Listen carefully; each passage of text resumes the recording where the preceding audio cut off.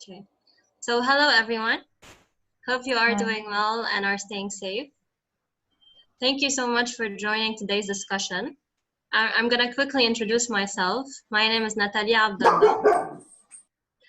I work as a digital media specialist at Zeder Group and OSM UAE, and I'll be your moderator for today's discussion.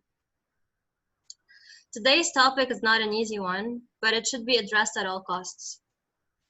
No one could have been prepared for the social and economic changes COVID-19 brought to the world. This pandemic has impacted our lives in more ways than one and has thrown up some serious challenges into the working world, challenges that need to be met and overcome. One of the main concerns of HR is the new role they're going to have to fulfill in this post-COVID era. Questions like, what's next? What do we do now? How to adapt to this new normal have become more and more common. But despite the concerns and the doubts, one thing remains certain, and that is that HR is the key to recovery. I'll leave the floor now to Mr. Sadiq Al-Assad, Zeder Group's and OSM UAE's very own CEO, to give his take on the subject. As a small reminder, this discussion is going to last for approximately 1 hour and a half. We already received a few questions. They're going to be addressed during this discussion. And in the meantime, if you have any comments whatsoever, if you want to share your opinion or anything, please leave them in the comment section down below and they will be addressed. Thank you. Mr. Sadiq, I'll leave it to you. Thank you, Natalie. Thank you for organizing all of this, everyone, and welcome everyone. Happy to see you. Happy to see people from Toronto. Happy to see some faces, some good friends, old friends. That it's been a while that we didn't see each other face to face. So welcome everyone. Before I start, the purpose of today is we're gonna have a discussion on what would be the role of HR post-COVID, what would be the role of HR in general, how we can add value. So I'd just like to know who here is an HR professional. Just show of hand. Okay. The ones with the picture, I didn't see your hand, but it's fine. Okay, thank you. All right. Now I just want to ask a question to everyone, and just feel free to nod or say yes. Have you ever thought that you will be ahead in your HR career by now? When you chose your HR career, did you think that it's so hard to move up the ladder? Have you ever thought, I mean, do you hate being called the hire and fire department, or the compliance department, or the admin function of the company? If you answered yes to any of these questions, this means you're on the right place. Let me tell you a little bit about myself. I have spent the first 20 years of my career in HR, in corporates. I started as an HR assistant back in 1990. Yes, that's how old I am. And moved up the ladder, became a general manager for training and development, setting up a training department in one of the companies. I was vice president HR for a major retailer, and I was chief HR for a international logistics firm also, covering more than 55 countries. How did I do that? Why I was able to reach these roles? Before moving into, in the last 10 years, I've been working with companies, corporates, and CEOs to help them redress their companies and become more profitable, more people-centric, people-oriented, and coach them, even sometimes redress the whole business model for them to become a better performer company, or to increase their performance. How did I reach all of these? Is because I learned some hacks by trial and error. Actually, I learned these hacks just on how I can always add value in the role that I'm in. The good news now is that during COVID, during any crisis actually, crisis usually means you can either look at it as a crisis, a bad thing, or look at it as an opportunity.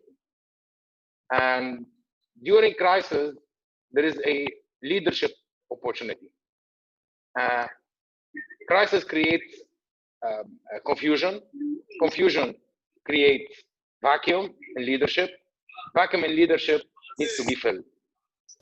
And it's a perfect timing for any HR professional to come up and fill this leadership role and to be able to take the reins and say, here I am, these are the solutions that I have, and I can really help the business in whatever challenges that they're facing. During 2008 crisis, I was vice president HR for a major retailer in the GCC. And you know, I don't know how old are you who was here, who remembers the 2008 crisis. I was one of the CEOs of a country decided he wanted to reduce his staff cost by 20%, just to line it up with his sales, which is a very natural thing to do, very rational thing to do, just to maintain his P&L and his numbers. So what he did is he posted a small notice where at the entrance of the employees saying, whoever resigns right now, I will give him a release form. This was in one of the GCC countries, and for you who never worked in the GCC or don't know the GCC rules, if you're an expat who's working in at one of the employers, you cannot move jobs unless your present employer gives you a release form. Otherwise, you have to go back to your own country, start applying from there, and it will be difficult. So people would love to work with companies who give them a release. So this CEO put a notice period that whoever resigns today, I will give him a release form to find a new job. So he can stay in the country until he finds a new job and he can transfer his residence. I didn't know anything about that at that time. And within one day, he received something between 80 to 100 resignations. So the HR of the country calls me and tells me, hi, we did that. And now we have the resignation. How do you want me to treat these guys? I said, what? What did you do? He said, yeah, we can have 20% less staff. So we're all well aligned. So I said, okay, don't do anything. I'll call you in a bit. So I called the CEO. I told him, congratulations. What you have done is a perfect way of identifying your best 20% employees. Your highest performers employees, you have the resignations on your desk. Keep them next to you. Try to consider increasing their salaries or giving them promotion. And now let's talk about how you can reduce your staff costs. I had prepared myself earlier. I gave him the list of the people who had warning letters. I gave him the list of people who had low performance based on his assessment and on his appraisal. And I told him, these are the people you look at. These are the people you choose how you can reduce your staff cost. I remember his target was at that time something between 15 to 20%. Then I told him, listen, now let's go into the real staff cost, not only removing people. You don't do this. I mean, you can do it, but it's not the right way of doing it.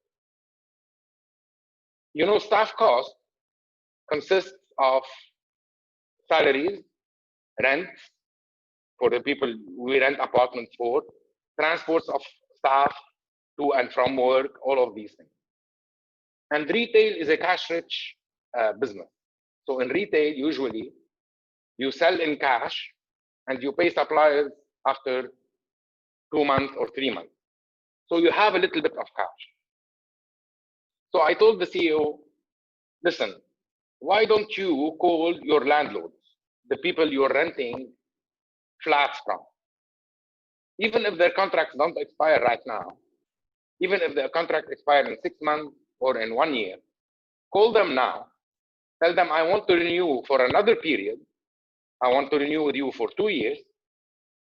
But if your rent, for example, is 100, I'm going to pay you now 70.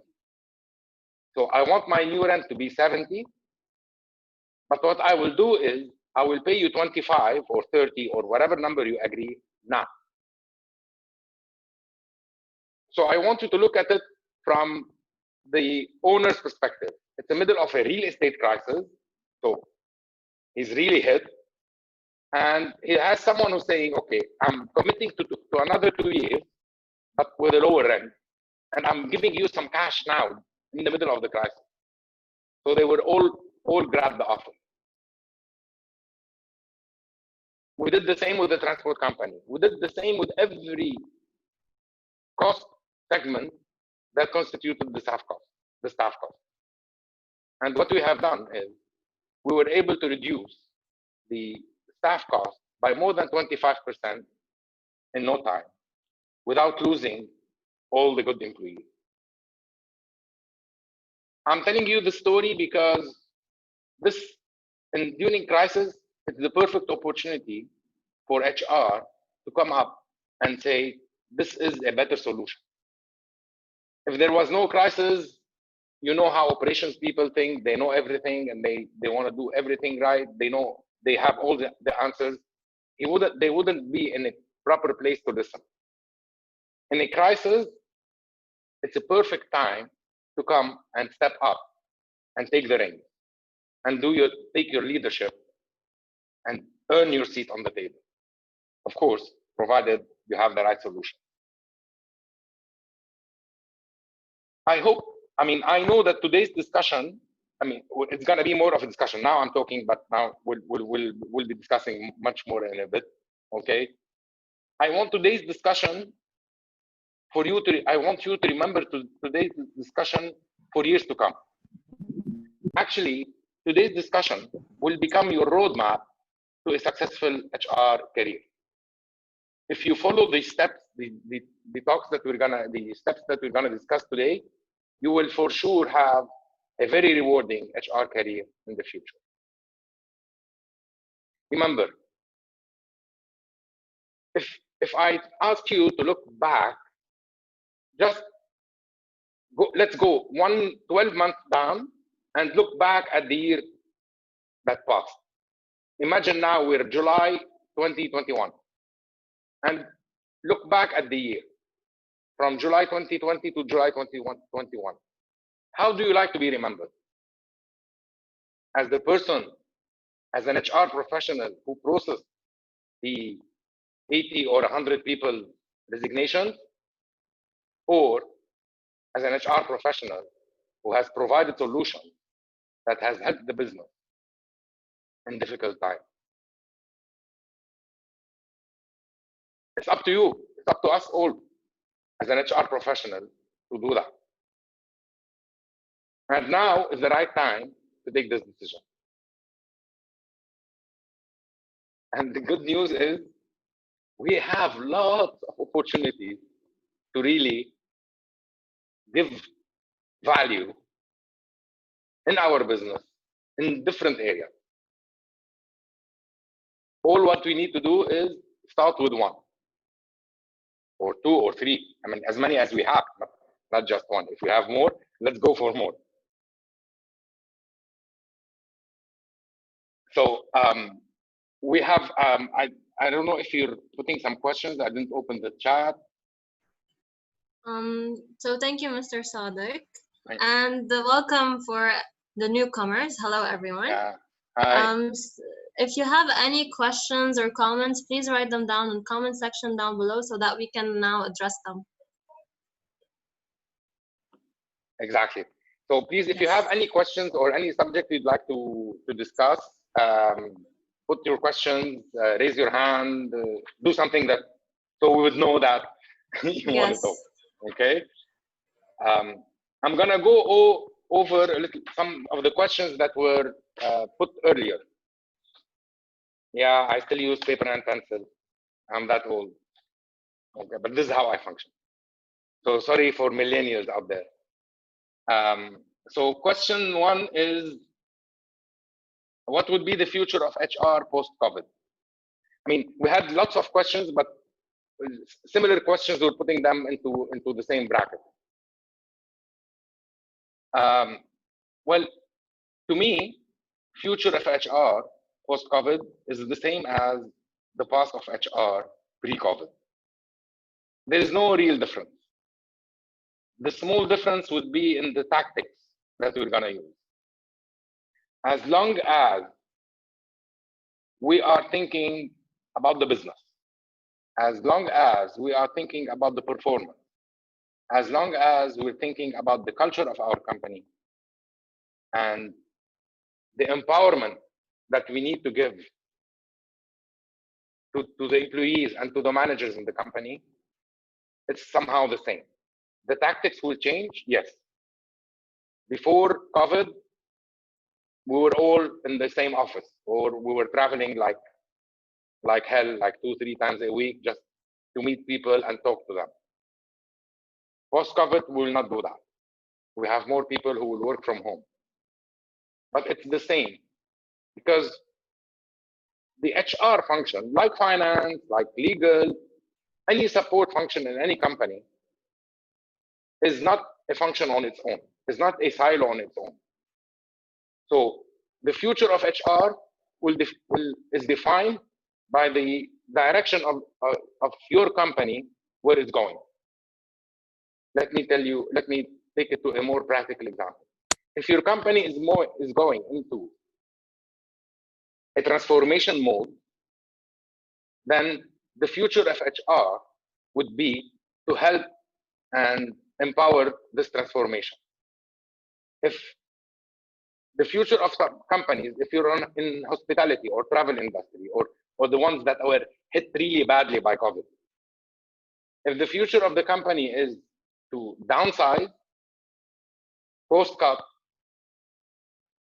then the future of HR within this company, or the tactics that the HR has to do within this company, is to cost cut. The future of HR is 100% aligned with the future of the business. I hope I didn't confuse you much. The one who is confused, just raise your hand. Okay, no hand raised. That's good. So that's the first question. And for any more details about your exact company, what are the things that you want to do, we'll be happy to take it. I mean, you can message us, and we can take it further. So I have another question: how can we accommodate vendors without hindering our hourly pay rate? I'm not sure how can we better accommodate vendors without hindering our hourly pay rate. If who asked this question is on the call now, if you don't mind, just if you can unmute yourself and explain it a little bit. Thank you, Mr. Zeder. So here in GTA area, or Greater Toronto area, what we do is some of the freelancers like myself do provide a side consulting or work for our small business or mid-scale, depending on the business. Now, let's say your hourly rate is set at a certain price prior to the crisis. Now, after the crisis, we did see a lot of those small business actually do pass in big financial difficulties, and some of them got out of business. So do we take that in consideration and reassess or give them a better, temporary pricing so we can just bear some of this cost ourselves, or we continue with the same price with the new clients? Okay, thank you. Very good question. Look, I think this is a very debatable question. From what I've seen, and from what we have done at Zeder OSM, is that we have developed a product during COVID. We have developed a product that addressed the COVID specifically. We called it the Restart Program. And it was made for small businesses who are heavily affected. And we priced it in a way that doesn't really kill them. But the importance is not only that, it's how much value we gave. So our philosophy is we don't give we don't reduce our rate, okay? We give much more value than the client expects. Being an entrepreneur, a business, or an individual. And you see, when you do that, when you give much more value, price doesn't become an issue. You know, especially when you're in a business, you're in a consulting business, and you're freelancing. So you're not pricing like the big four, right? Of course. Unless you are, which is good for you. Thank you. Yeah. So I think this would be it's just trying to find the balance. Now, again, keeping in mind that we're here to help. You know, we're here to help the businesses grow. We're here to help the businesses during this difficult time. We're here to help the individuals during this difficult time. So this is our philosophy. Thank you. Thanks. Okay. We have a question, unless you have, let me see if you have something on the chat. Mr. Saqib Ali actually left their opinion regarding the role of HR that you explained at the beginning. According to him, the main role after COVID, after this pandemic, is to think about the business and support the decisions of the owners and the management, and as well to favor employees, because for them to retain their positions and to support them 100% to regain their full salaries. Okay. If you could like give your opinion around that. Thank you, Saqib. That's a very, very, very important question and very delicate one also. Let me tell you how I see things. And I've developed this this thinking, or I've developed this philosophy because I've worked a lot with business owners in transforming the companies and redressing the business. I 100% agree that it's not fair to cut salaries on people, to cut the income. 100% agree. The way I see it is, if I have a ship that's sinking, if I have a business that's sinking, would you rather have everyone on that ship well fed while sinking, or you will compromise on their dinner and try to save the ship? I know it's harsh. I know it's not fair. But looking at the big picture, our role as an HR is to keep the company alive. So let's say if we pay 100% of the salary for 2 or 3 months, and then we kill the company, goes dead or goes bankrupt, we have not done anyone a favor. All what we have done is we have marked 100% of the employees for unemployment. However, if we take the decision to let go 20% of the employees, and again, probably the low performers, probably the ones who are not contributing well, with so many criteria, and we do it as fairly as possible, we will be saving 80% of the people. So I look at it from this angle. I'd rather save 80% than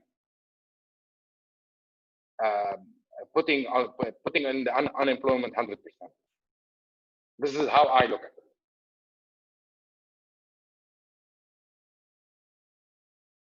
I don't know if is it okay, Saqib, or Okay, we're having, after COVID, the main focus of Um, HR should be the health and well-being strategy for staff. yes. I like, And there's a question as well. yeah. And I like the, along with being proper business partner and full ownership of P&L, 100% spot on. I have worked with HR who thought that P&L is something and HR is something else. Well, if we don't have a P&L, we don't have an HR. We don't have a business. We don't have a company. So it's very important to understand that yes, it's your comment is spot on, Adil. It's full ownership of the P&L. Thank you. Mr. Ilyas Ghalib actually asked a very interesting question. He said that throughout this whole crisis and this now worldwide competition, we should always think about boosting the human potentials. We shouldn't cut costs. But the thing is, how can we proceed with like that and remain sustainable? How can you proceed without cutting costs? You mean? I think you mean, Yeah. right? I mean, how can we boost the human potentials instead of cutting costs and increase the hourly contribution for each employee? But how can we do that while remaining sustainable, as in the company remains sustainable for the long term? Okay. Look, and now currently I'm working with one company, and we started work in December, and we were redressing this company. This company was going busted, and between December and February, we put it back on its feet until COVID came also and gave us another hit just to make sure that we're getting all the challenges possible. And the company had already cash flow issues before the COVID. So, and COVID came, so it put a lot of strain on the cash flow. But then what we have done is we didn't cut the salary. We have deferred the payment of salary. So we said, you're getting 1,000. I know that a lot of companies in general are cutting salaries. You're getting 1,000. We're going to pay you this month 500. But your other 500 is not lost. You're going to get it when everything goes well. Coupled, this was not done through an email. Okay, we coupled this with extensive communication. Sometimes we didn't even have the time. So we did it, then we communicated afterwards. But again, we did it with extensive communication, and believe it or not, I can't say 100%, but I can fairly say 95% to 98% of the team accepted it and knew. Because first, it was coming from the heart.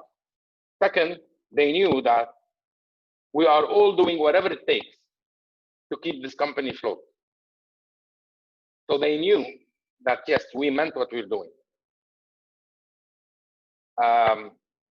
Again, I don't want to say it's a catch-22, but it somehow it looks like a catch-22 thing. But if we didn't do that, again, 100% of the people will lose 100% of their salary. So sometimes it's a crisis. We have to take bold decisions. And us as HR, we need to be bold enough and courageous enough sometimes to take these bold decisions, or to help the CEO and the owner of the company to take these decisions if we're sure about it. Let me be very clear. I'm not advocating for cutting salaries at all. I'm against it. Okay, just for us to be on the same page and not to be misunderstood. But again, what the trick here is if we keep on paying 100% of the salaries and when we're not getting any revenue, we'll last for 1 month, 2 months, 3 months. And believe me, if you ask this question to anyone, would you rather receive your full salary for the coming 2 months or receive 50% of your salary for the coming year or 6 months until we're back into normal? The answer is, I'd rather have 50% now. So as long as we involve them in the decision, or we explain ourselves properly, this is how we should do it. Otherwise, the company will sink. Thank you, Mr. Sadiq. Thank you. Mrs. Fatima shared her opinion regarding that. She said, how about we harness this human potential amid this downsizing, but how can we convince management that we should upgrade the skills of the right people? So how can we link the bottom line with training investment? Exactly. Again, thank you. That's sorry, who asked the question? Ms. Fatima Omar. Okay, thank you, Fatima. Very important question, and I don't want to say a difficult one. Sorry, I asked the question. Okay, thank you, Omar. Mr. Fatima, sorry. I'm using my daughter's ID, you know. Okay. Okay. Well, it's nice to see you here. Yeah. Thank you. Now we know who's the IT tech in the family. Thank you, Omar. Well, that's a very important question, and it's one of the difficult ones. Now, I know that the first thing that people cut during crisis is training costs. You know, it's the first thing. Our job, I want to use the word lobby, but I'm not using it in a negative way, is to make sure that the management and the CEO understand that what will make the company grow again is the people, especially more importantly during a period of crisis. Technology is there, we cannot change anything, right? The assets we have are there. What will make the company grow is its people. And here it is our role as HR to make sure that this is cascaded down everywhere. We have one company now during COVID, they decided to go and assess each and every one of their employees. They conducted the high profile assessment that we do. It's an amazing assessment. I mean, I've been doing assessments for 20 years. And when I learned about high profile, this is an OSM profile, we used it because it's the only one that measures the attitude of the person, not the skills. It measures a couple of skills that are needed for high performance, but also it measures the attitude. So they used it for 15 or 19, I think, 19 people from their management team, starting with the owner. And the owner was the first one who did it. Then the 19 people. And based on this, he was able to find out who are the people who will help him navigate out of his crisis. Based on this, he found out who are the resilient people, who are the motivated people, who were the organized, expansive people, you know, who were the people who are ready to change. High profile, for example, it's one of few others who has, how ready is the person ready to change? Is he stubborn or ready to change? So he did that, and he removed from his management team the people that were hindering his progress. But I know that not every CEO or every company owner will think this way, especially during time of crisis. But again, now it's our role as an HR to explain to them that this fraction of cost that you put in training and development, I'm talking about a real fraction of the cost, will give them much more results. Usually what I do is, I go, this is what I used to do. How much the training budget I needed, I tell them, I'll get the money. I'm not gonna ask sales to increase sales or, you know, the margins to go up or anything. I, as an HR, will get the money. And then, believe me, you can go places and you'll find a lot of money. Not a lot, but you can get the money that you need for training. So it's a trade-off. For the CEO, you're not paying anything. I'm just removing money from here and putting it here. From where can you remove money? I remember one time, this was like 15 years ago, before all the emails and no, more than 15. Sorry, I'm that old. More than 15. Before we had everything was on emails and scan. So between the countries and the cities in the countries, we had courier service. And every store used a courier company. All right. I remember really well. We used to send documents in the morning and some documents in the afternoon. We had passports going, you know, we had a lot of documents flowing between the stores and the country. I remember I had an HR meeting. I brought all the HR and just sampled how much everyone is paying per envelope. I remember really well, the average was 12 dirham.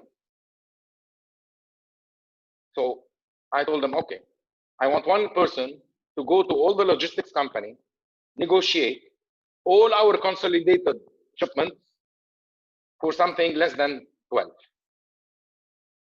And this was done, and I think we got something like 9 or 10. So it's 2 dirhams per shipment, but how many shipments we had a day? For 26 days a month. I don't remember what we were trying to finance at that time. Honestly, I don't. But we got the money, and we financed whatever we wanted. So again, this is one of the things that I think we can do. Thank you, Mr. Sadiq. I'm just gonna say again, welcome to newcomers, and if you have any comments or questions, please leave them in the comment section down below. You have a question from 2 individuals, Mr. Saqib and as well as Mrs. Lola. They asked about if you were to choose between a salary cut, so like reducing the salary for all employees, or reducing the number of employees. Which choice is more optimal? Well, it depends what is the end result. If we're seeing that business will pick up in coming 3-4 months, that's one. If we know that all our employees are high performers, which I doubt, not because we're doing a bad job, because when we're working, we don't have the time to really always have high performers.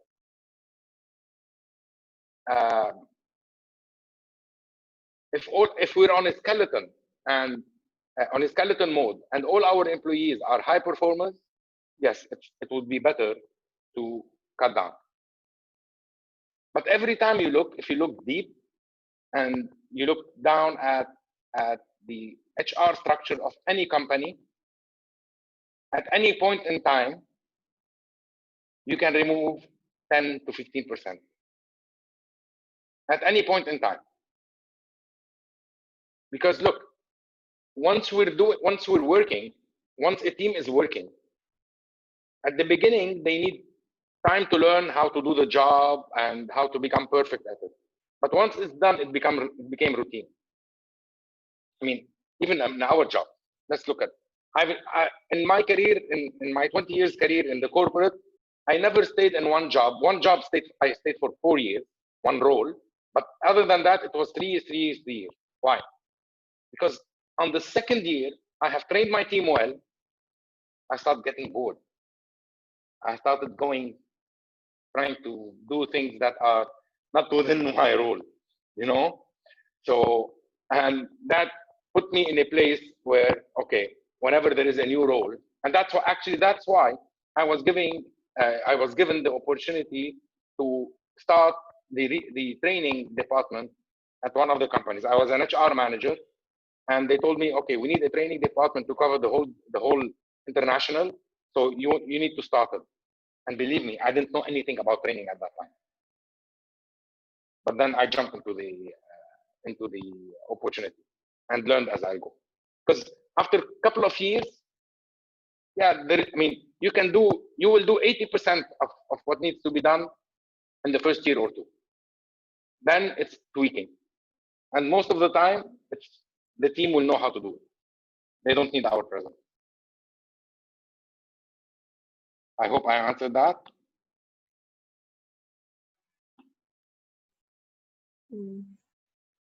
Yes. Okay. So now we have a question from Mr. Burhan. I hope I'm pronouncing your name right.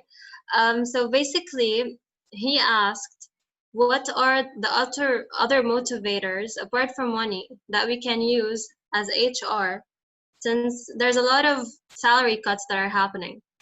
And how can you motivate employees to still be productive even if there's the salary cut? Thank you. Again, that's a very important question. And I go back to the communication. Now, I personally don't believe that money is a motivator. I know that a lot of people jump on me when I say that. Money is not a long-term motivator.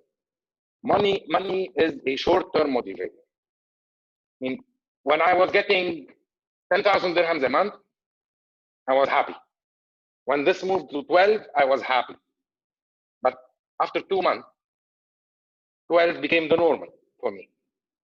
When my salary became 40, 50, 60, 70, after 2 months, it became normal. So it's not always the salary.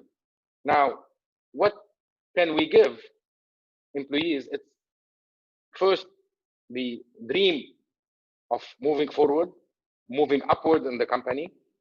And believe me, this is what most of the people want. The learning they get, and this is most of the younger generation they want, and the opportunity to move and learn new things. How many times we see a person who starts in HR and moves up in all the HR, right? Well, people like to learn new things. It gives them a motivation. It gives them something more. Again, it's not easy, especially if you're coming from a culture of non-empowerment or a culture of non-learning. It becomes much more difficult. I do understand. But again, training, training doesn't have that you bring an external training provider or you send them to INSEAD or London Business School or anything. Training is just by spending more time with them, by teaching them new skills, by expanding their horizon, by giving them more responsibilities. Responsibilities is a very good motivator. I know that some people think, no, employees don't want responsibilities. Well, 99.99%, when you give a responsibility to a person, they'll grab it and they'll do a better job. So again, responsibility is a motivator. Indeed it is. Thank you, Mr. Sadiq. Thank you. There is Mr. Elias. He actually made a very interesting comment regarding the choice between a salary cut or laying off employees. He said that if you are cutting, for example, 20% of the staff, you might lose the competencies that they have, or you might not really hire the right person for the job. Yeah. And if you hire someone later on, it's going to be like more costly because you need to devote time and energy to train them again. Yeah. So what are your thoughts about that? Okay. Well, again, yeah, yes, that's unfortunately part of the of the cost of a crisis. Now, the only thing that can be done is to try to find what are the least damaging competencies that I'm willing to lose. I know that sometimes company owners and CEOs, they come, okay, get me the highest salary and let's start cutting from there, or the lowest salary in every department.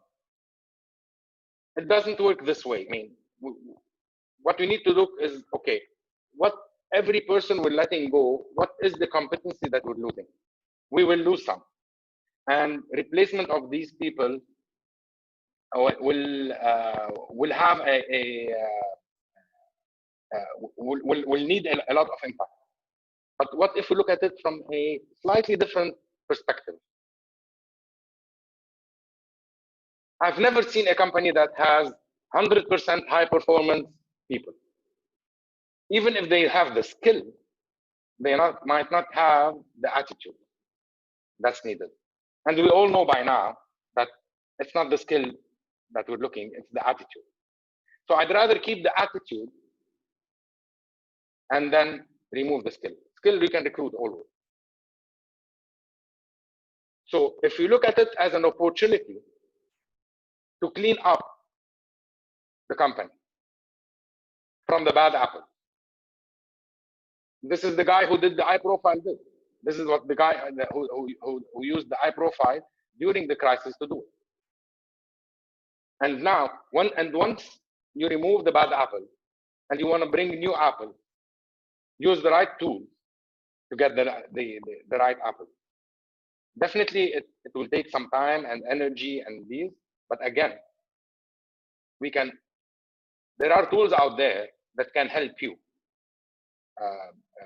make sure that you get the right person. Look, I know that you've all worked in recruitment and I know that everyone agrees with me. It's not the skills that we recruit for.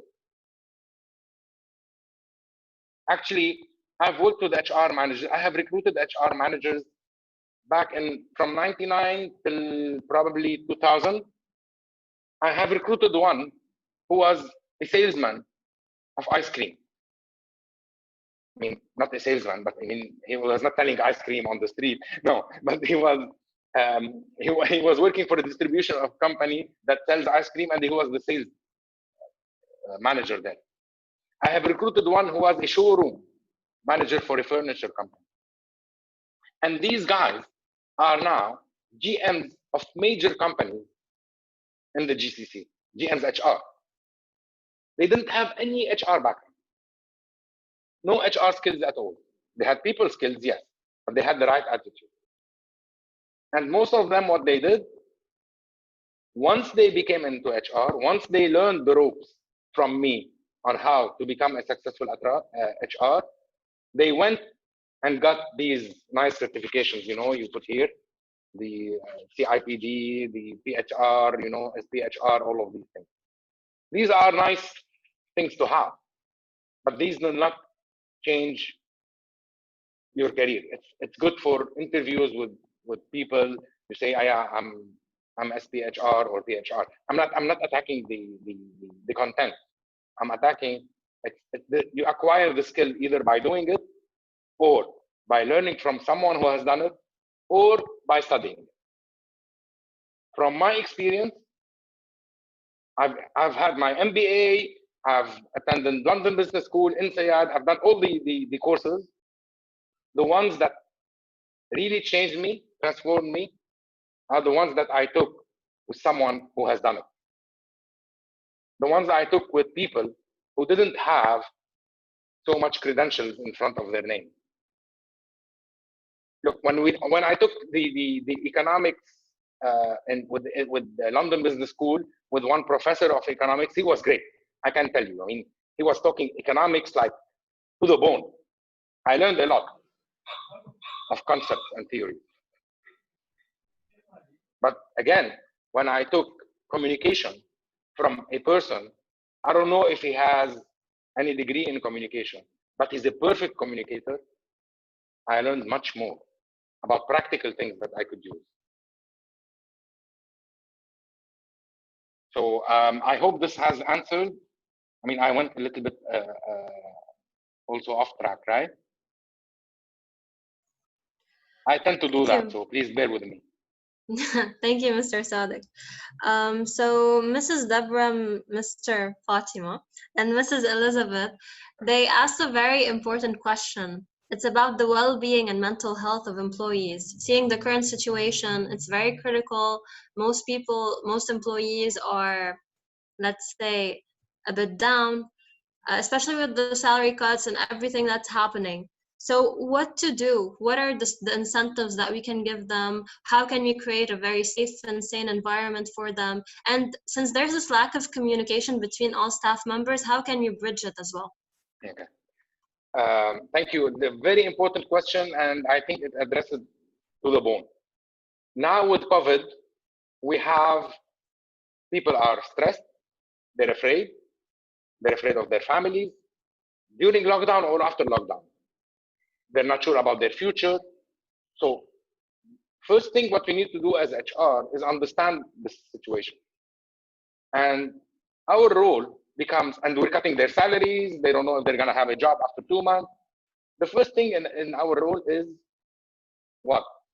To empower them, to give them all the positive energy they need to succeed and do much more in their life as people and as employees. And one thing I don't really agree that with COVID the communication is lesser. I personally feel, I don't know how you feel, all of you, that during COVID communication is much stronger. I used to spend 2 hours in going to the airport, 5 hours in a plane to go to Egypt, for example, to spend 1 day or 1.5 days and come back. I lose 2.5 days to do that. When COVID started, we started with Zoom. We can jump on a call just like that. So, of course, the face-to-face communication is not always there, but there are other ways of communication that we can keep, as long as we have the proper intention. And the intention is our employees, their well-being. Our job is to help them cross this difficult time. Because for some people, it's much more difficult than company. And here as an HR, what we need to do is inject this culture into the management team and making sure that everyone also is doing the same. One of the companies I was working for in the at the beginning of COVID, the first thing we did, I mean, they told us, okay, what we need to do is to have a Corona. It was not named COVID yet. It was, I mean, called Corona, a Corona plan. So I told them it's easy, since they're not going to the office. We put the plan. Get a Zoom call with your team twice a day, once in the morning, once in the afternoon, even if it's for 15 minutes. During the Zoom call, stop talking about business only. Check on them, see what's happening in their house. Not in an invasive way, okay? So we don't know, but I mean, it was not easy staying at home 24/7. So we needed to help the people cross that time. And this is our role as managers, especially as HR managers. I hope I answered this question. Very nicely said. Again, hi for those who joined us now. If you have any questions or comments, please leave them in the comment section down below. Mr. Antoine actually talked about how he agrees with you how money is not always a motivator. That's true that the salary provides you a decent life, but it's not always the main motivator that employees should have. And he's asking you, based on your own experience, what is the percentage of companies who manage to create an enriched culture of awareness for their managers so that they know that money is not the only motivator, so they're aware of the other motivators that the employees should have, and they, let's say, address them or provide them, per se. Okay, thank you. That's a very good question. Look, I have two answers for this. The politically correct answer and the right answer. So I'm going to give you the right answer. I'm not that political. Unfortunately, not enough. But the good news is that I have started seeing a lot of owners, entrepreneurs, CEOs who think this way progressively, who have this thinking. Now, I can't say a percentage, but it's not. We're not in the 50-50 yet. The people who are thinking of empowering and of that money is not the only motivator are still a bit lesser than the 50%. I think probably in the 25-30%. But what I can see is that the trend is increasing quickly. Look, I started my career in 1990. 1990 was a time where it's very okay to cut the salary of someone because he did a small mistake.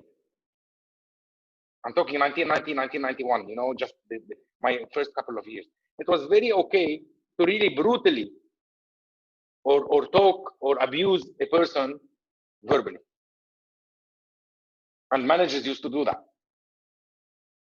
I'm not saying the company I was working with at that time wanted that. On the contrary, the company owners were very down to earth and were very empowering.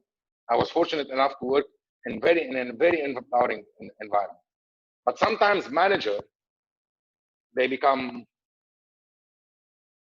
so-called gods or something. They consider themselves the ultimate, and they used to do it. The good news is that it's shifting. When will the peak comes, or when will flip over?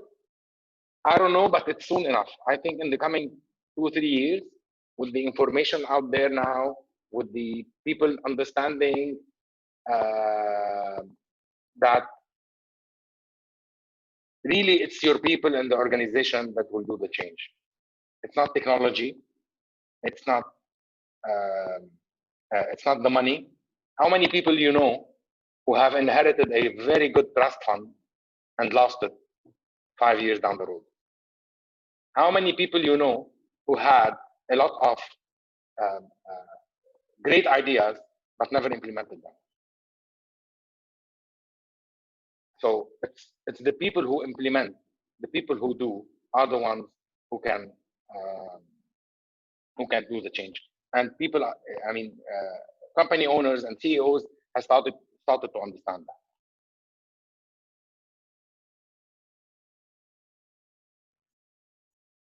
Okay, thank you, Mr. Sadiq. Antoine replied and said that he doesn't even see 30% of it yet. So, and that's what explains the employee's behavior when it comes to money and loyalty. Yeah, probably. I mean, my 30% is inflated because I'm working with companies to help them empower. So probably, because sometimes if I see a company that is too rigid and the owner thinks that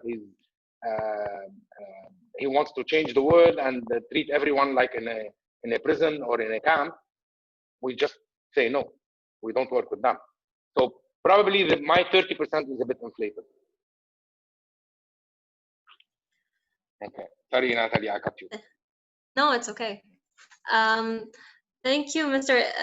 Sadiq. And Mr. Ilyas Ghalib asks another question. And don't worry for asking a lot of questions. We welcome them. We're all for it. Pleasure.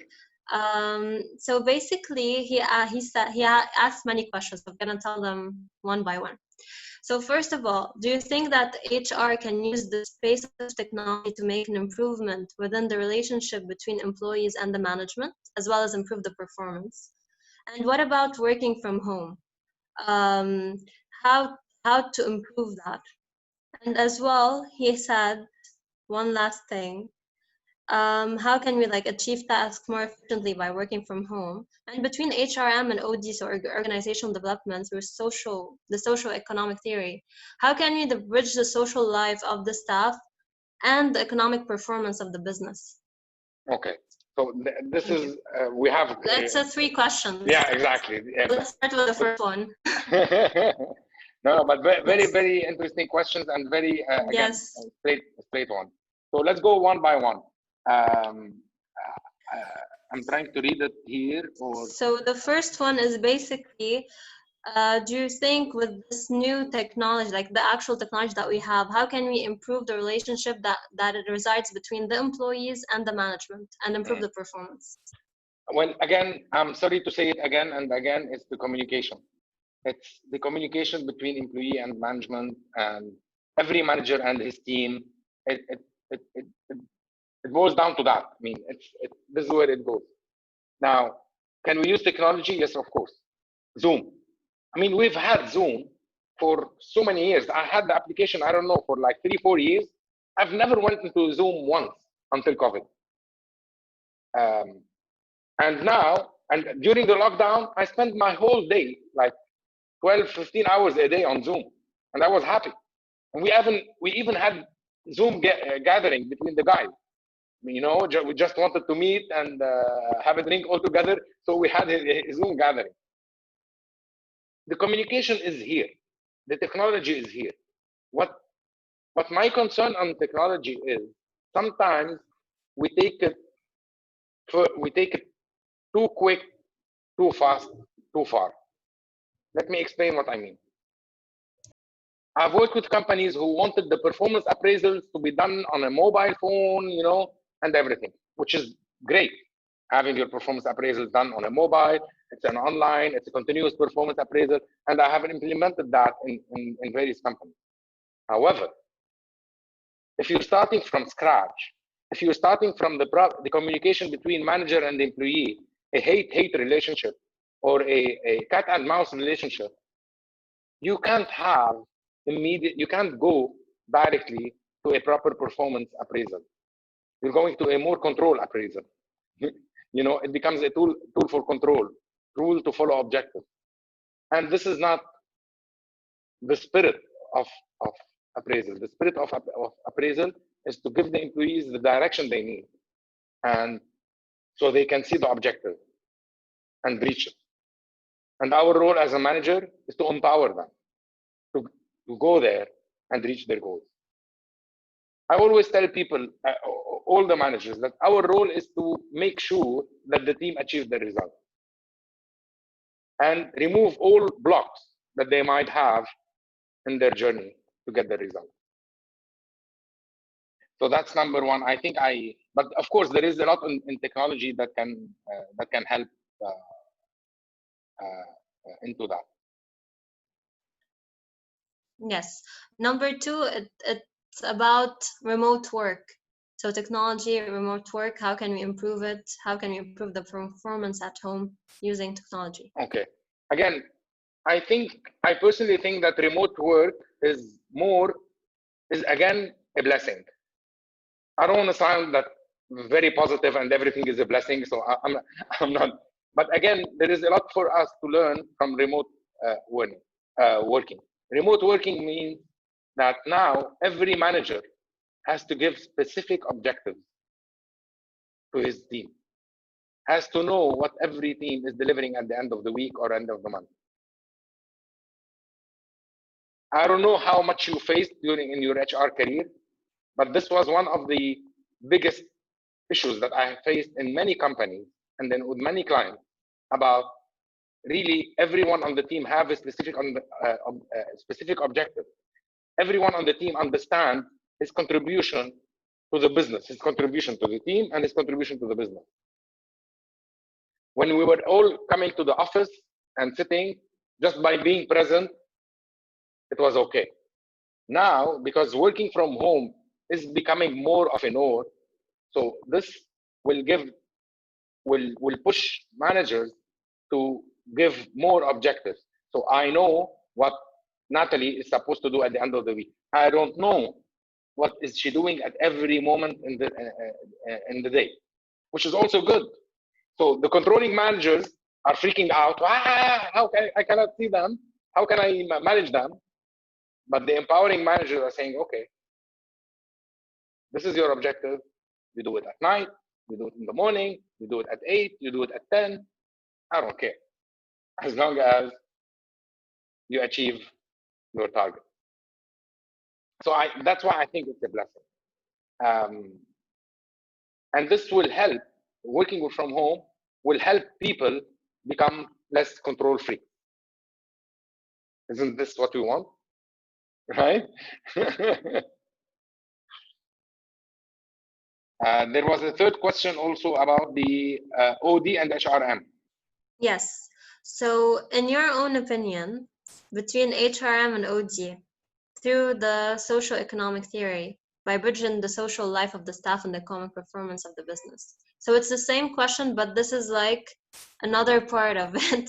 So in terms of technology and everything and improving performance and everything, between HRM and OD, so how can we do it by bridging the social life of the staff and the economic performance of the business? Well, again, I don't know what happened with you guys or with your teams and with your companies. But at the beginning of the COVID, during COVID, we worked much more than pre-COVID. We're sitting at home, we were on lockdown. Fridays, Saturdays, Sundays were like Mondays, Tuesdays, Wednesdays, you know, we didn't even know what day we were unless we looked at the agenda or at the watch or at the mobile. So this has pushed us to a lot of work. Now, the good news is we didn't have anything else to do otherwise we'd be watching Netflix. But then now I have seen that once the lockdown is started, I mean, countries started opening up, the people started adjusting a bit more. However, I still can see that it's still okay to call someone at 8 at night, or it became more okay to call people during their day off. But I don't think this will last. It will adjust with time a little bit and within the team. But again, I think within this socio-economic theory, I think it will take its own time to adjust because it will depend purely on the human behavior. And I don't have any prediction. To be honest, I don't have any prediction. But again, I'm a strong believer of the free hand theory. This means things like that will adjust. It's like supply and demand. Things will adjust eventually. The same thing will happen. If a manager becomes more pushy, the employee will push back, and then until the proper adjustment happens. But if the question is, will there be abuse? Yes. Do we need to interfere? Yes. Do we need to be proactive? Yes. Just to make sure that this doesn't happen a lot or is not abused by some managers. Okay. Thank you, Mr. Sadiq. So Mr. Abaza, hopefully I'm pronouncing it right again, asked, it's about remote work. So basically, how can we, as an HR, how can I change the mentality of the owner to start a new strategy that revolves around working at home? Because we know now that it's becoming the new norm. Remote work is becoming the new norm. So if it's a traditional and small business, how can we convince the owner of this new strategy? Well, I think it's not going to be easy. Okay, it's like convincing me on being active on TikTok. All right, so I'm old. I mean, old for TikTok. So I'm not gonna be on TikTok dancing and this, but my daughter is, you know, kids are all on TikTok. I think it's gonna be a tough one, but eventually they'll have to. I don't want to say cave; it's too much of a strong word, but they have to adjust. We will have to adjust. I mean, it took me ages before I moved to BlackBerry, and it took me ages before when BlackBerry was dying and until I moved to iPhone, because I don't like change, you know. And the older you get, I mean, I'm sure you're all here very young, but the older we get, the older we become. We don't want a lot of changes, especially on the things that we're used to. So again, I'm a business owner, the traditional business. I like to see people. You know, I like to see the people working in front of me. You know, they have to have their face on the desk and not able to go to the toilet. It will take a while. The good news is that the momentum is on our side, because working from home will become a new norm, whether they like it or not. Once they start, um,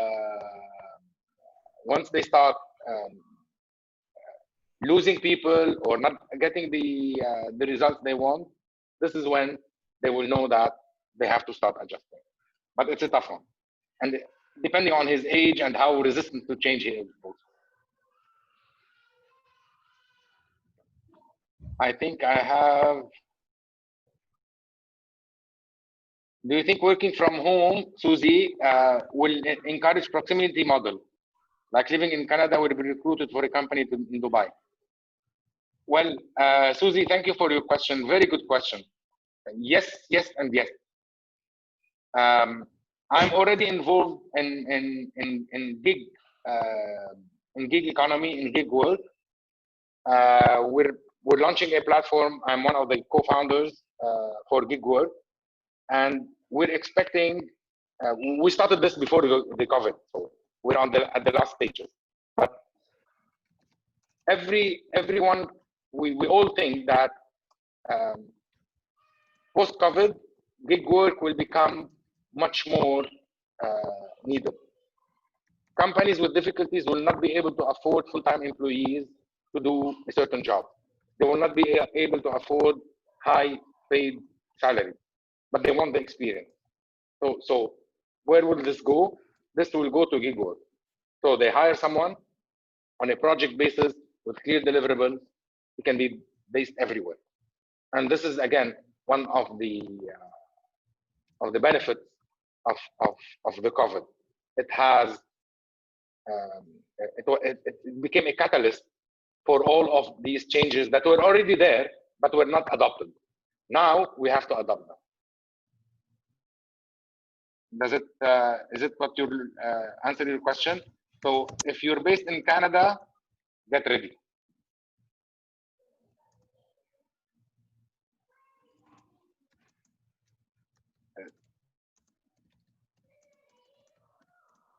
Okay, I have another question. It's not on the chat. How will HR ensure to keep employees happy, especially in the working remotely? I think we answered that. Impact of COVID on job market. Again, a lot of people will lose their jobs. This means that there will be a push down in salaries. This means that people will accept lower salaries now because they're out of job. But again, this also means that companies will hire the best that they need. So this means now it's more of the interpersonal skills that will make the difference, much more than the skills itself. I mean, it's more of the culture and the attitude of the people that will make the difference, much more than the skills that they have. You want to have skills. You want a project manager. You can hire a project manager to implement for you any ERP you want. But implementation of ERP is becoming, with technology, is becoming easier and easier in terms of skills, but it's coming harder and harder in terms of getting people to implement the change. So it's again, it's more interpersonal skills than skills. I think this is one of the impacts of the COVID. It's a catalyst for what was coming on, what was already coming, but it was coming and it's taking its time. We were going a little bit slowly into adapting these changes, and COVID came and boom, we had to adopt and adapt to all of these all together.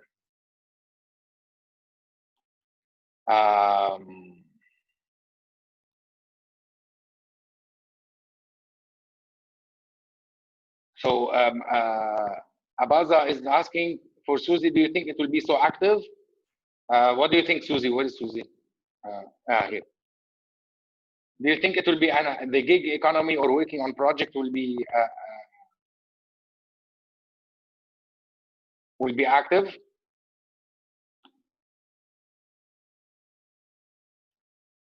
I don't know if she's clear or I think she's cut. Anyway, now we'll see when she comes back. So one more question is, what is the new role and focus of talent Hi. management? Hi, Natalie. We missed you. We lost you for a while. Welcome to Lebanon, right? Yeah, I'm so sorry. The No internet worries. connection just went. Yes, exactly. Welcome to Yeah. Lebanon. Yeah. There's Mr. Joyson asked a very important question. I don't know if you guys addressed it while I wasn't here during this No, disappearance. which one? Okay, so basically we were talking all the time about employees, about how COVID is affecting them and everything. And he raised a very important point. It's about HR managers and professionals themselves, because a lot of HR managers and professionals have lost their jobs due to COVID. So there's a huge supply, but there's no demand for HR managers. And there's a decline in salary as well. So he's asking you, what are your suggestions for HR candidates that lost their jobs? Well, I think now more than ever with the current job market, and this is not only true for HR, it's true for every function. What solution are we providing? People don't want to recruit HR managers just for compliance issue anymore. They can do that. They'll recruit a fresh graduate coming out of school with a minimum salary and they'll be happy. What solutions are we providing? What packages are we giving? I mean, not packages in terms of money. What is our contribution? Are we really giving value that the company will appreciate? And if we do, even if there is no I'm telling you, if there is no vacancy, they'll find for us a vacancy. But again, having said that, I know it's hard for job search, especially HR, and a lot of other roles also, but especially HR, is the connections you have. It's your interpersonal skill. Again, remember, I told you, I personally recruited people who didn't come from an HR background, and it's their interpersonal skill that made them move up the ladder. It's not their HR knowledge. So if I want to advise anyone, is work on your interpersonal skill. Work hard, because there is always improvement in interpersonal skill. You know, but once you work on these, then you'll become much more employable. So this is how you can stand out from the competition, from the other HR managers who are looking for jobs.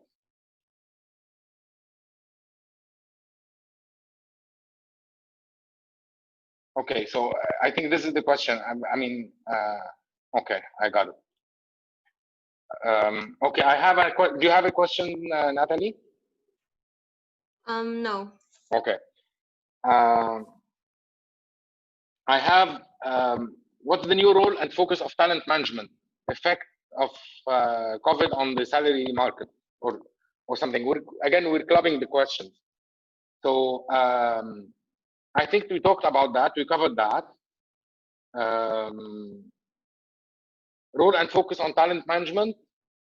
It is the time for having talent management. Look, I work in. I've been in Dubai for now 30 years. I need 2 months to complete the 30 years. Okay, so I'm still. I can still say 29 years. I've seen Dubai during growth. During growth, a lot of people can hide behind results. This is what I have seen. We had a lot of bad managers, between the brackets, okay, getting results, because it didn't need a manager to get results. If you're just open and it's growth, people are buying. So if you're into sales, you don't need to be the perfect salesman to sell. I really remember this when the Porsche Cayenne went out. I think it was 2002, 2003, 4, something of the sort. I wanted to buy a Porsche Cayenne Okay, because everyone had a Porsche. I don't like small cars, so I wanted the Cayenne because it was a big car. I went there, so I went to the salesman. I said, "Yeah, you have 6 month waiting period." I said, "Okay," and I wanted black. Okay, what would be the interior? He said, "I don't know. When it arrives here, I will tell you which interior you have." Okay, so what are the options? You know, well, we don't know. When it arrives here, you will have the option. Look, at that time, I had the money in my pocket and I was ready to buy. I didn't buy because this guy is not a salesman. This guy is an order taker. He can take an order and sell you the Cayenne. Now, you need salespeople. This is true in sales and true in every other function. It's the right time now. Now we need the talent. Before we didn't need, during up markets, you don't need talent. People are buying. People are coming. Now you need the real talent. The people who can go and grab things in case we're talking about sales. People who can think outside the box. People who can stretch the limit. People who can empower their teams. People who can make things happen. So this is the difference between hiding behind results and now making sure you get the results. So again, this is a perfect time for identifying and developing the real talents that we have. This is the real time to. That's another argument you can use with your CEOs in case they're cutting the training cost. It is the real time now to really push the limit of our talent. They will like it and they will achieve much more. So this is the small changes that's gonna come.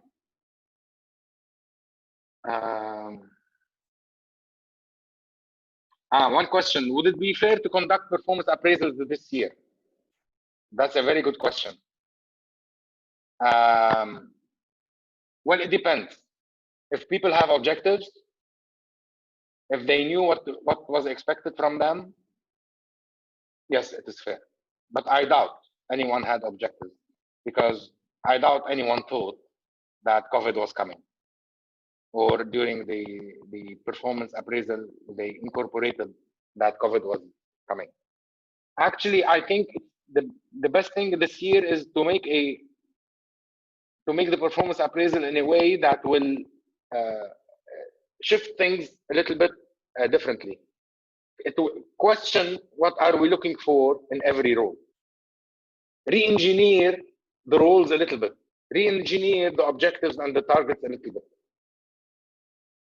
I think this would be an ideal way for you to help the company and to add value and to help them into their transformation.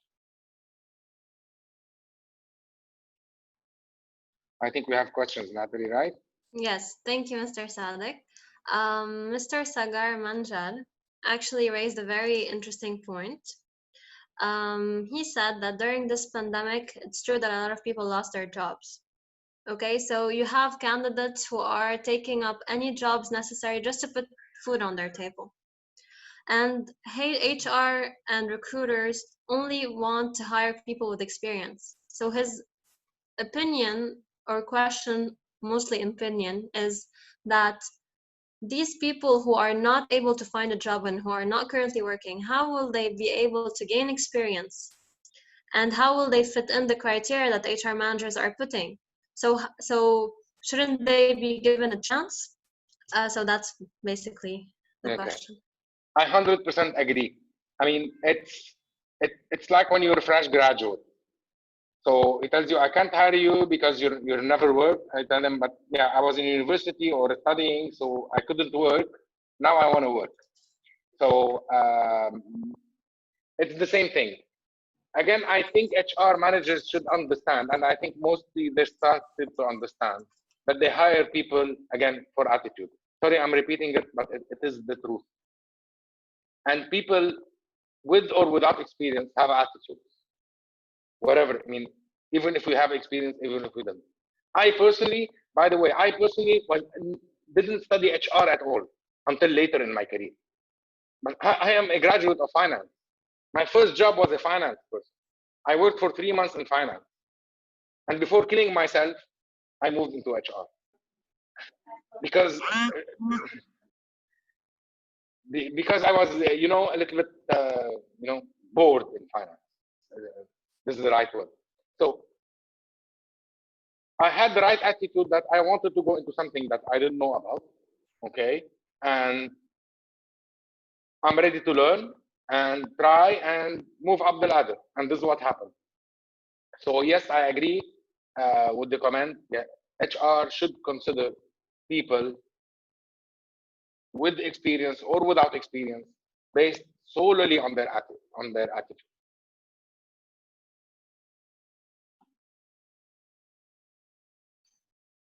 Okay, thank you, Mr. Sadiq. So regarding the talent management question, Mr. Abaza made an interesting comment. He said that there are no bad managers, but you can say that there are some managers who are not as reasonable or as lenient, if you might, flexible, let's say. So what do you think of that? Well, first, I'm thinking you're trying to sugarcoat the question. This is not what he wrote, because I read it. I am, yes. Well done. You sugarcoated it really well. Thank you, Abaza. Yes, again, I mean, I 100% agree with you. But I want you to look at it from an HR perspective. These guys, they don't know better. These guys need our help. They need our guidance. So if we keep on telling them this is not the way of doing, you do the things, this is not the way to manage your team, they're not gonna accept it. My question is, what would be a way to help them realize that their management way is a stupid management way? This is the change of perspective that we need to take as an HR community to change this perspective a little bit. They need to realize it on their own without even admitting it to us, because they will not admit it, most of them. They have learned these during their childhood or their early career, and they still think that this is how it works. They need to see something new to understand that they need to change. So there is no need inside them to change. 100% agree.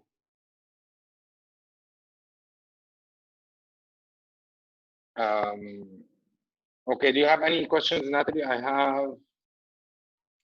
No questions. Work-life balance, I think we talked about it. Lack of communication between HR and the employee, we talked about it. Okay. I think also we talked about the priority, is it staff or company? There is one, a broad one. What should be the actual role of HR? Well, I know that a lot of people say that HR is the thermometer of the company. But I don't like it. I don't like to be the thermometer. I'd like to be the thermostat. I'm the one, I'd like to contribute to how is the culture in the company, not just measure it. So I think the role of HR is basically to really make sure everyone is empowered and everyone is at his or her peak performance in the whole organization. Definitely through people. We cannot do this alone, but we work on managers work on their supervisors work on their teams. So we need to cascade this culture. So we're in the performance business. Believe it or not, we're not in the admin business. We're not in the, we're in the performance business. And our job is to be the thermostat that will make sure that the performance of the individuals, the team, and the company is increased. Very nicely said. I like how you described what HR should be, the thermostat. Thank you, Nathan. So you know where I come. I don't know where I come from with these ideas. Yeah. You remember the popcorn Brilliant issue, ideas. Right? Yeah. Yes, of course. So regarding the previous subject, we talked about the talent, the role of talent management, and how we talked about how managers should be more lenient and all of that. Mr. Antoine actually gave his opinion about it. He said that there are no bad managers, but it's mostly the company culture. And that's why candidates choose to go where they want to go. So they basically choose the culture of the company. Agree. I'm 100%. We all know the saying that people join companies, leave managers. Well, people join companies or managers. Whenever you have a toxic person, people will leave, or they'll be suppressed all their life. They start feeling bad. You know what is a toxic person? It's a person who doesn't empower. It's a person who crushes down everyone. Sometimes he gets a result. We're not saying that the toxic person doesn't get the result, but he hides behind the result. And whenever we have a toxic person, yes, people will start leaving.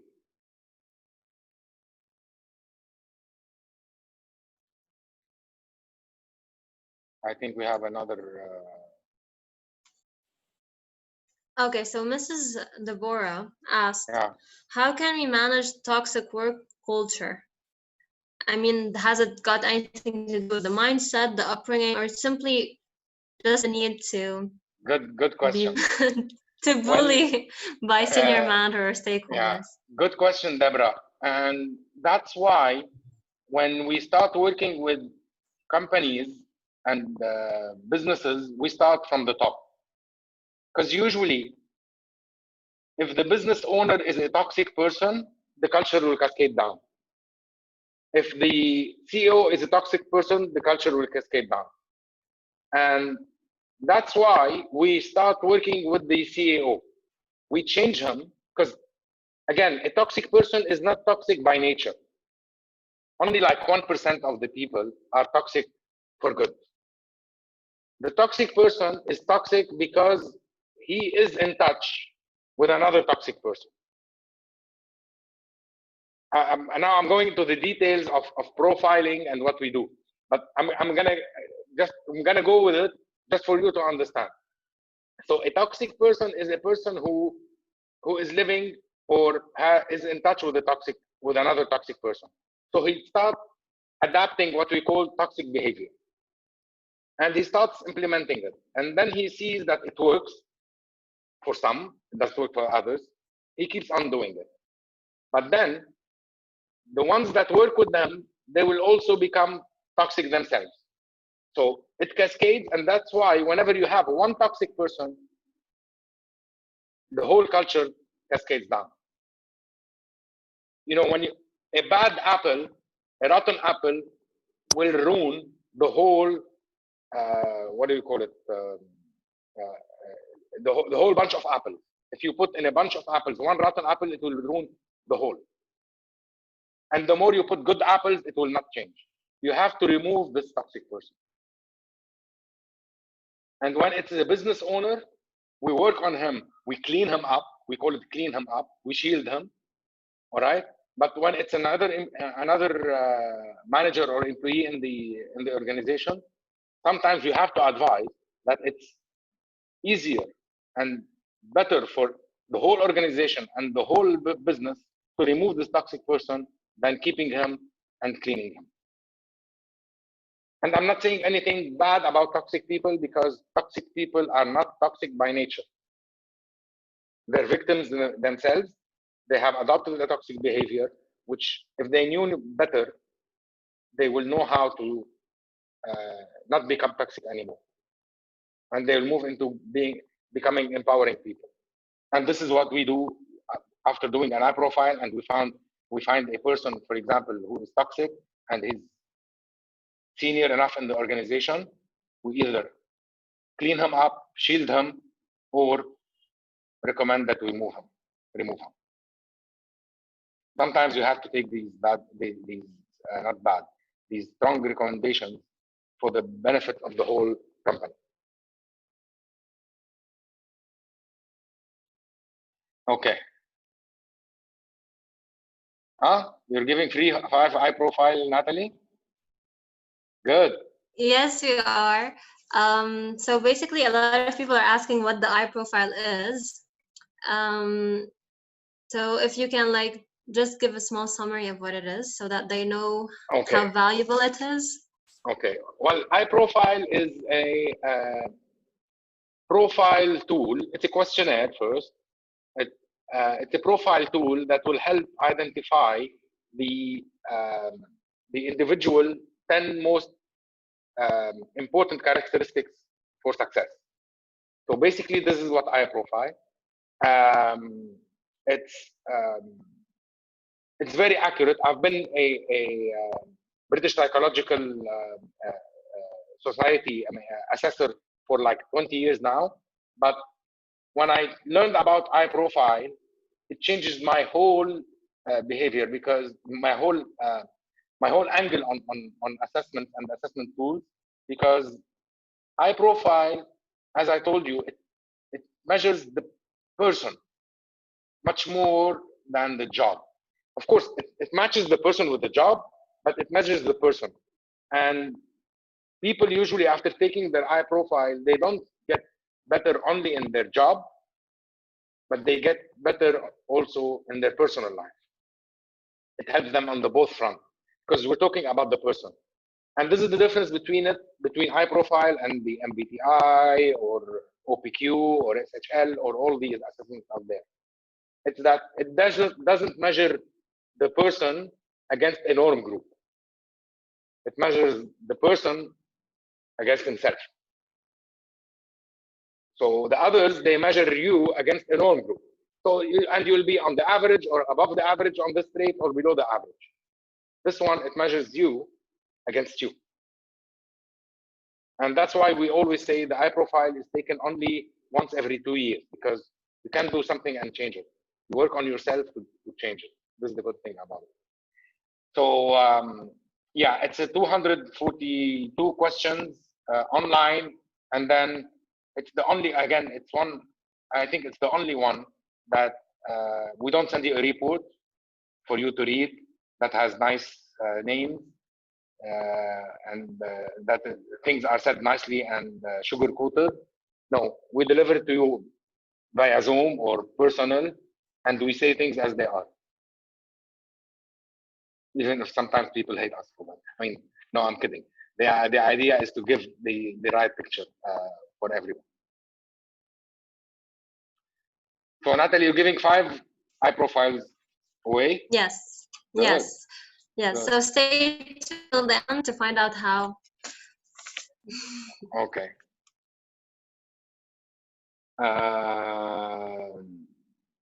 I have a last question here is, how is COVID affecting the organization structure?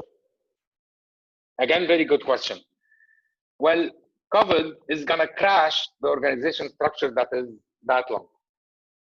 It's gonna flatten, it's gonna help flatten the organization structure. I know we've been all trying to say we don't want too many layers in organization structure. Again, COVID is a catalyst to help us flatten the organization structure. COVID has helped us because we will adapt more technologies. This means we'll need less hierarchies and hierarchical levels. Performance will improve. Job roles will be more visible and known for people. So all of these will flatten the organization structure, which is very good for companies. I think I've answered all the questions that I had here. Thank you, Mr. Sadiq. And if anyone has any question or anything left they want to say, please write them down so we can address them.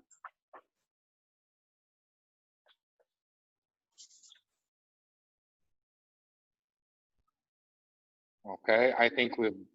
How are you doing with the timing? Wow, we passed the time. Okay. Yeah. Good, good. No but it problem. was very interesting and a lot of valuable information was shared. Yeah. So let me. I want to conclude with a couple of things before you go and before Natalie gives away her 5i profile. I think Einstein. Yeah, it's not. I think it's Einstein who said that the definition of insanity is doing the same thing all over again and expecting different results. What we have done so far, all of us in our career and in our lives, has made us reach that level. If we want to move from this level to this level, we will need different capabilities. We will need different perspectives. We will need to learn a little bit different things. I'll give you an example in our company. During the COVID, we have decided first to merge two companies together or two brands together. We have like three brands. We merged two together, and we decided that from now on, we don't want to help only individuals. We want to help people in groups. We want to be able to give more value to more people quicker. And this is what we've been doing, and this is why we started the open discussion. And this is the HR edition. We will have the business owners edition. We will have the CEOs edition. We will have different editions. I mean, I'm saying this, not everything is figured out yet, but we're going as we go. Change is always good. Staying wherever we are means that we're in a regression. Okay, this means we're going back. If we don't change, it's a matter of evolution, right? I mean, Darwin said it. We need to keep on changing, and I know that with change there is some fear. I advise you all, don't be afraid. Definitely there is some fear in change. Do it one step at a time. There is no need to jump from one point to point B. As long as you go at your own pace, in your own speed, and then you gain your capabilities, you gain your momentum, you gain your confidence much stronger. This is where you will be able to change. The four things that we discussed today, and they repeated again and again and again. Now it's the perfect opportunity for HR to show their leadership. This is what we are. It is the perfect opportunity. It doesn't mean that we cannot show it in a different outside crisis, but now it's the perfect opportunity to show it during a crisis, because there is a vacuum, and the vacuum, we can fill this vacuum. To be able to change, to take this leadership, we need to change our perspective. We need to have more impact on the business, not on the HR. Another advice, we didn't touch on it a lot on the discussion, is don't wait for consensus. So don't wait for everyone to agree with you because everyone likes the idea. Consensus is bad. I know it's against democracy, says now we need to have consensus, but I'm not talking about democracy here. I'm not talking about, if you have one win, if you have one ally in the company and he is ready to implement something that you're thinking is good for the company, go and do it with them. You know, I told you the story of the CEO of one of the countries. We did this first one with him, and he reduced his staff cost by 25% in like a week. And all the other countries were calling like crazy. Can you come? Can you come? Can you train our HR? Can you do this? Can you help us do so? So don't wait for consensus. Start with one win. The second one will come. The third one will come, and then you will gain momentum. And the fourth and the important point I want to say, it's not about the HR knowledge.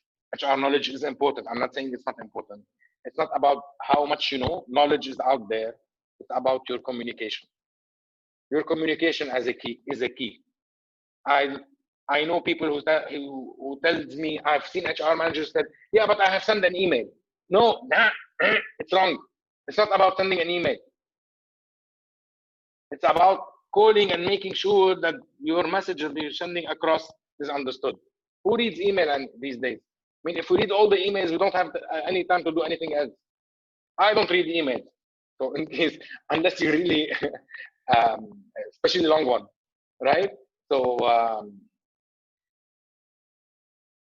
work on your communication skills, work on your persuasion skills, work on your gathering people towards you, gathering the changing your perspective, having the first ally, the second ally in the company, the third ally, and then the ball will start running. So this is what I wanted to share with you as a sum for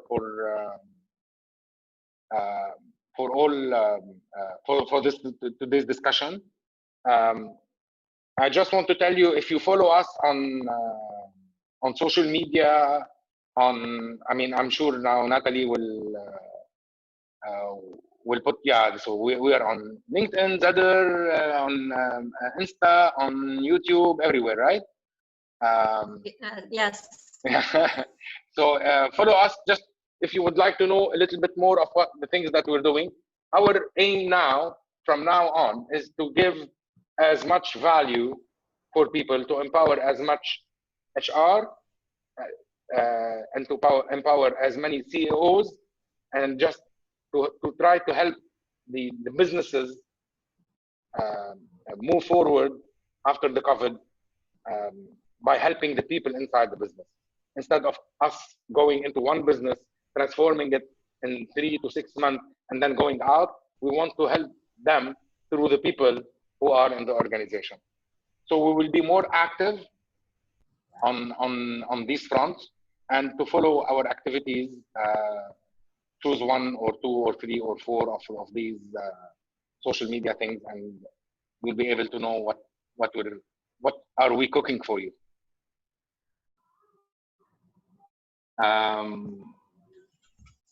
And basically that's it. I don't have anything more to say, unless Natalie would like to say something. Okay, so thank you so much, Mr. Sadiq, and thank you everyone for joining our discussion. Hopefully you liked it and you gained something, and hopefully all your questions were answered. So basically, we are planning a lot of things in the near future. So follow us, just like Mr. Sadiq said, in order to get the first information about what we're cooking up our sleeves, because we have a lot of big things planned. So follow us on all of our social media accounts and stay tuned. Now, those of you who feel after this discussion and after we talked about the eye profile and everything, to help you further progress in your growth journey, please contact me as soon as possible. So basically, the first 5 people who send me an email on this email, natalie.abdullah@zedergroup.com, will get a free eye profile. Okay, I can send you an email now? If you want to, sure. Okay, good idea. So thank you so much, everyone, and hope to see you again in our future discussions. Thank you, and please also, if you feel you have any comment on this session, what you can do better, what you like, what are subjects you'd like to talk more about, or anything, just also let us know, let Natalie know, and we'll make sure to address it the next time. Yes, exactly. Yeah. All right. Thank you very much. Have a great day or night or wherever you are. Thank you so much. Have a wonderful day. Thank you. You too. Thank you. See you soon. You too.